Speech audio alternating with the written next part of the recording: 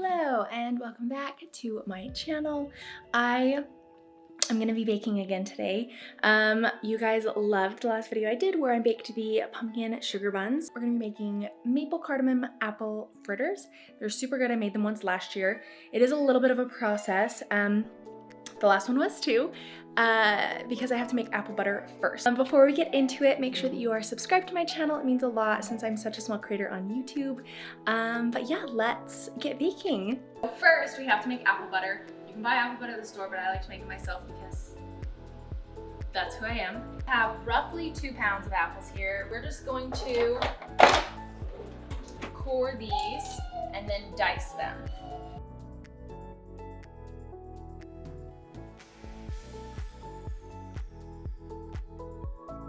All of the apples have been diced. They're in my Instant Pot. You can do it in a crock pot or on the stove. And then we're going to put 3/4 cup of apple cider into here. And then we're gonna add maybe 1/4 cup. Nope. We're gonna add this much maple syrup. I really should have bought more. I thought I had more than that. So I just added 1/4 cup of maple syrup. We're gonna add 2 teaspoons of cinnamon. Apple butter is really just like thicker, yummier applesauce.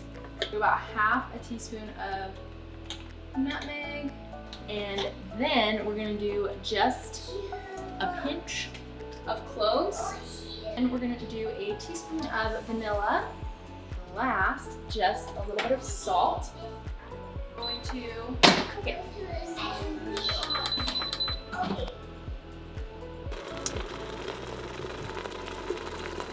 I don't have a blender for some reason, so I'm just gonna mash this up with a potato masher instead.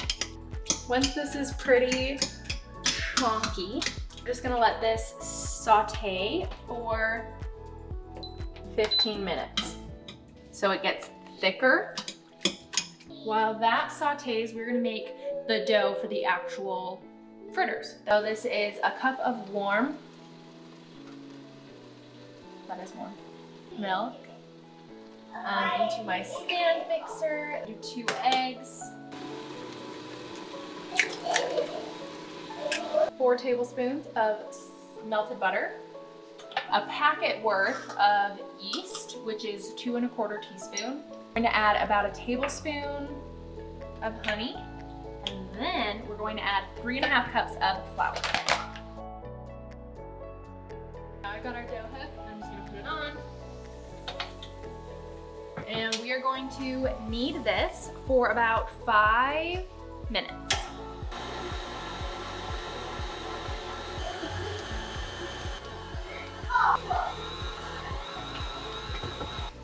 We're all kneaded. Anyway, we're just gonna put it in this greased bowl so it can rise. I'm gonna cover this for an hour or so while I finish making dinner, and then we will come back to it. Hello and welcome back. It's been a little over an hour. We just put our kids to bed, which is why it's getting dark. So I just put 2 tablespoons of salted butter into my saucepan to melt.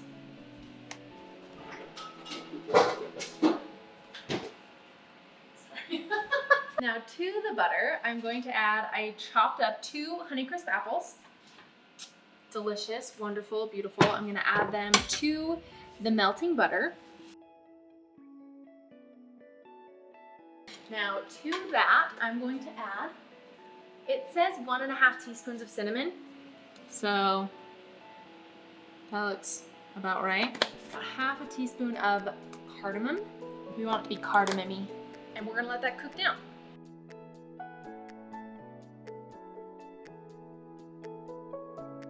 Now that that's mostly cooked down, I'm gonna add some brown sugar to it.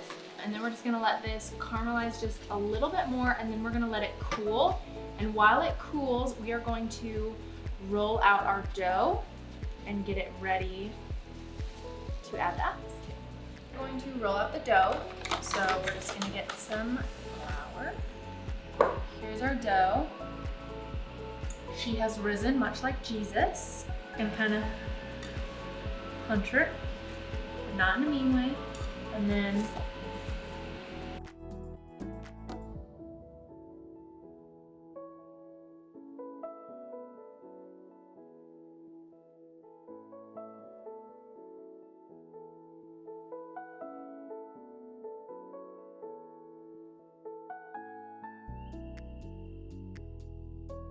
What we're gonna do is we're going to put the apple butter on top of the dough.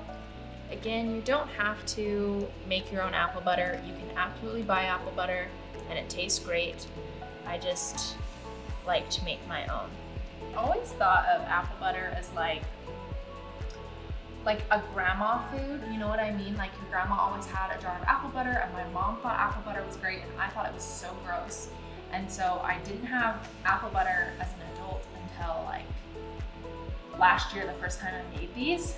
And then I tasted it and I was like, oh, why have I been depriving myself of apple butter all these years? I thought it was this gross old lady food like prunes or something, but it's it's so good.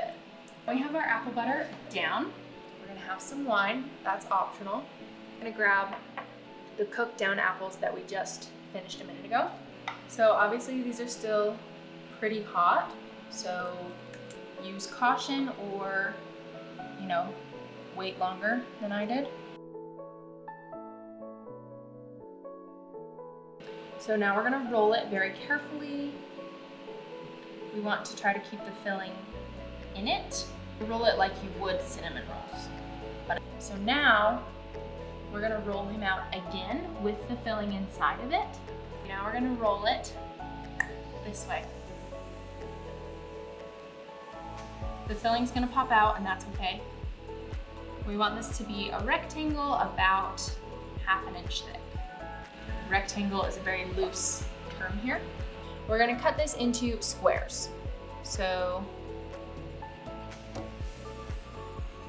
we're just gonna do our best.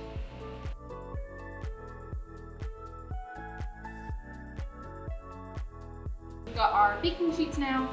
I have Silpat, whatever they're called, silicone things, or you can use parchment paper and you're just gonna put them onto your baking sheets so they can rise. So I'm just going to put these on my counter with a towel. We're gonna leave them there for about 15-20 minutes just so they can puff up a little bit before we fry them. Welcome back. I had to go to the store because I forgot oil. We're going to quickly make the glaze. While I was at the store getting oil, I figured I might as well get the maple syrup that's supposed to go in the glaze. We're just gonna eyeball this.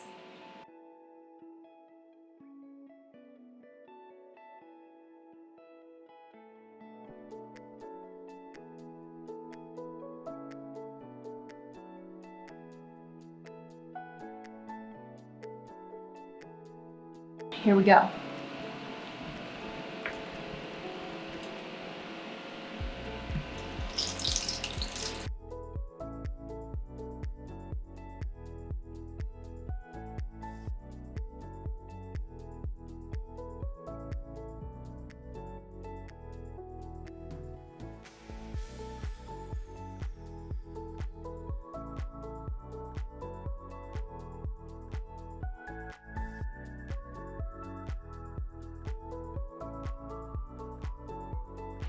Still pretty hot, but I'm gonna, oh, that's drippy. Okay, ready? Yep.